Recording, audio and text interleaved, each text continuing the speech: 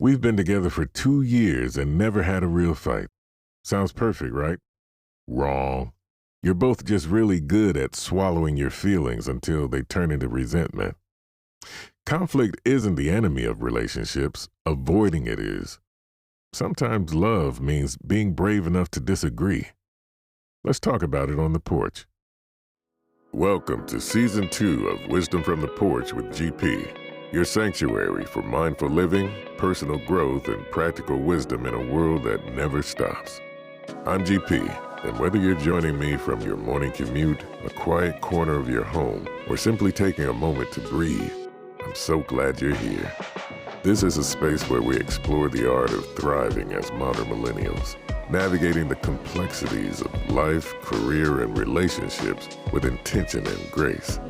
From cultivating inner peace and mastering your finances to building authentic connections and embracing your entrepreneurial spirit, I'm here to share insights, stories, and guided practices that empower you to live a life of purpose and fulfillment.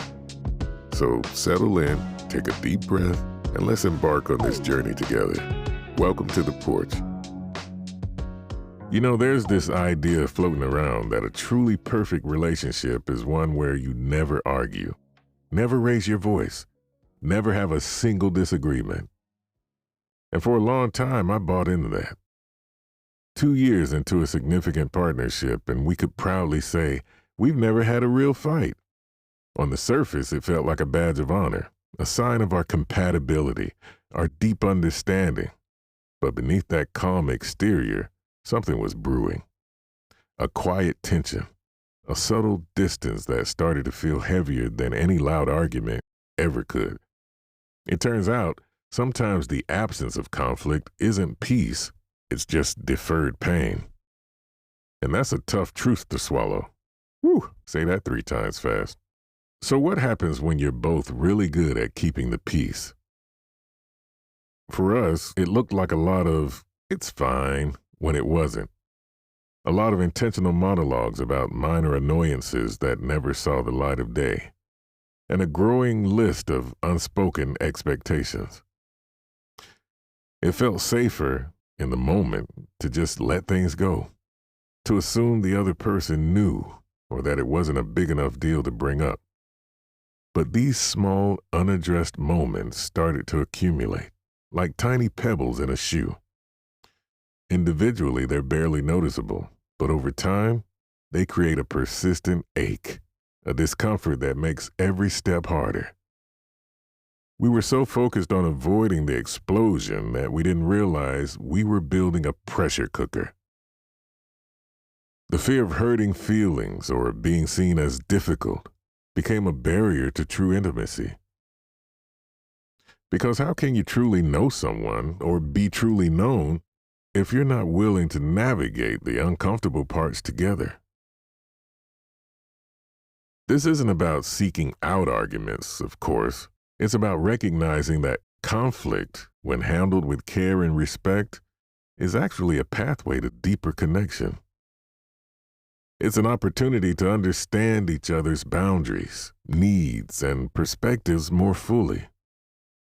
It's about learning to say, hey, this isn't working for me, or I feel misunderstood here, without fear that it will shatter everything. It's a practice in vulnerability, in trusting that your bond is strong enough to hold the weight of disagreement. And it's a commitment to growth, knowing that sometimes love means being brave enough to lean into the discomfort, to have those difficult conversations, and to emerge on the other side with a stronger, more resilient relationship.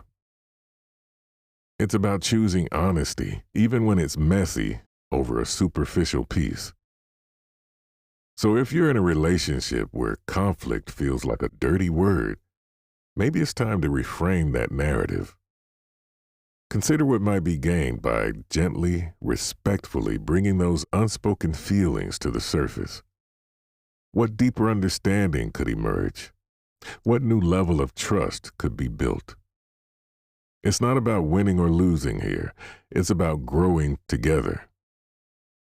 It's about honoring your own needs and the needs of your partner by creating a space where all feelings are welcome, even the uncomfortable ones. Because real connection isn't about the absence of storms. It's about learning to dance in the rain together.